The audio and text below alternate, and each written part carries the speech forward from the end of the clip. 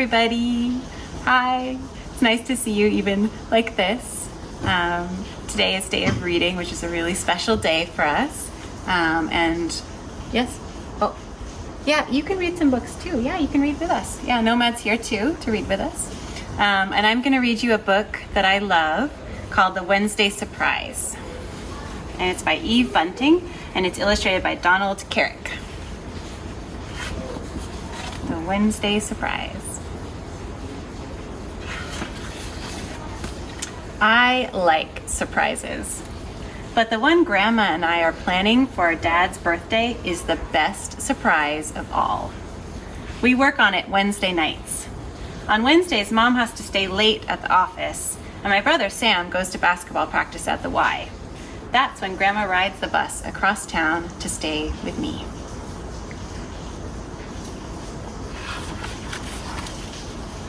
I watch for her from my window, and I blow on the glass to make breath pictures while I wait. When I see her, I call, "Sam, she's here!" And he says it's okay to run down the long stairs and to wait by the door. "Grandma," I call.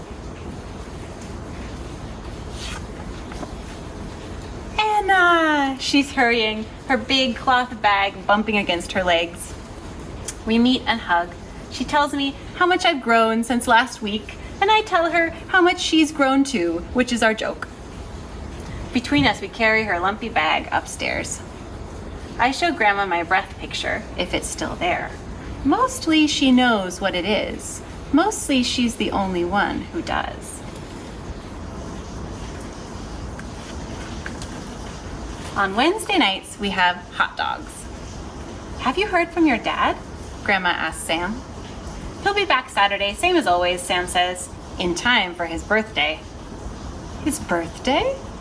Grandma raises her eyebrows as if she'd forgotten all about it. Grandma is some actress. When Sam goes, she and I do the dishes, and then we get down to business.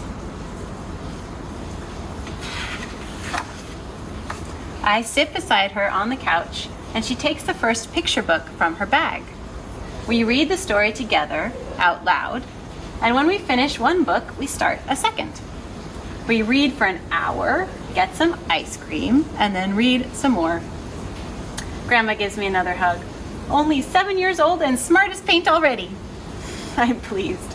They're all going to be so surprised on Saturday, I say. When Sam comes home, we play card games, and when Mom comes, she plays too. "You'll be here for the birthday dinner?"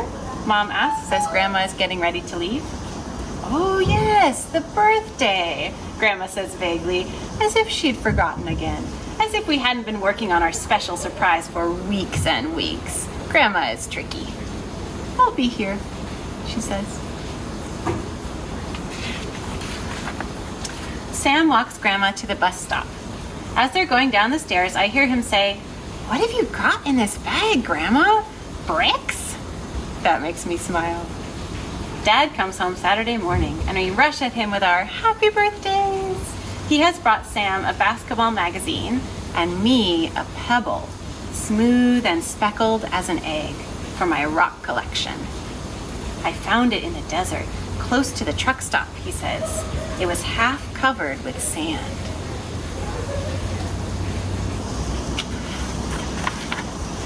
I hold it, imagining I can still feel the desert sun inside of it. How long did it lie there? What kind of rock is it? Dad has stopped to pick wildflowers for Mom. They're wilting and she runs to put them in water. Then Dad has to go to bed because he has been driving his big truck all through the night. While Dad sleeps, Sam and I hang red and blue streamers in the living room. We help Mom frost the cake. We've made Dad's favorite dinner, pot roast, and our gifts are wrapped and ready. I watch for Grandma and help carry the bag upstairs. Wow, Sam should feel how heavy it is now. Grandma has brought a ton of books. We hide the bag behind the couch. I'm sick from being nervous. Grandma usually has seconds, but tonight she doesn't. I don't either. I can tell Mom is worried about the pot roast, but Grandma tells her it's very good.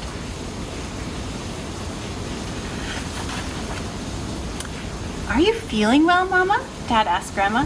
How are your knees? Oh, fine, fine. The knees are fine.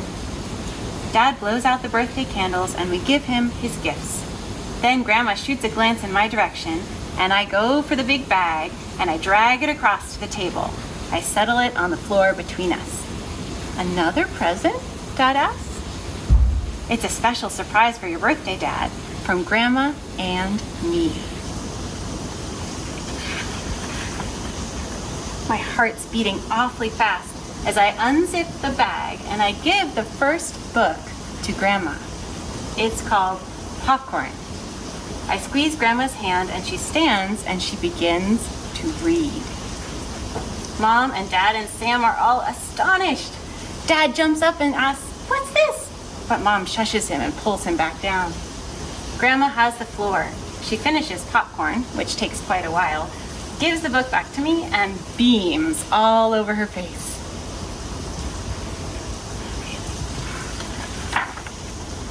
My goodness, Mom is beaming too. When did this wonderful thing happen? When did you learn how to read? Anna taught me, Grandma says. On Wednesday nights, I add, and she took the books home and she practiced. You were always telling me to go to classes, classes, classes, Grandma says to Dad. She looks at Mom. You must learn to read, you say. So I come to Anna. I giggle because I'm so excited.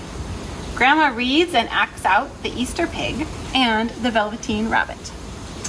It's much smarter if you learn to read when you're young, she tells Sam sternly.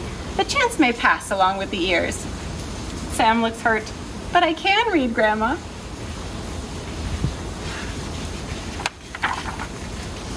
Nevertheless, she takes out another book. Are you going to read everything in that bag, Mama? Dad asks her. He's grinning, but his eyes are brimming over with tears, and he and Mom are holding hands across the table. Maybe I will read everything in the world now that I've started, Grandma says in a stuck-up way. I've got time, and she winks at me. So, Anna, what do you think? Was it a good surprise? I run to her and she puts her cheek against mine. The best ever, I say. And that is the end of the story. Oh yeah? Oh, you don't know how to read either? No, that's okay. There are many ways to read a book. And one way is to listen to books and to look at books, because we love books. And we love you and we miss you and we hope that you're all doing well.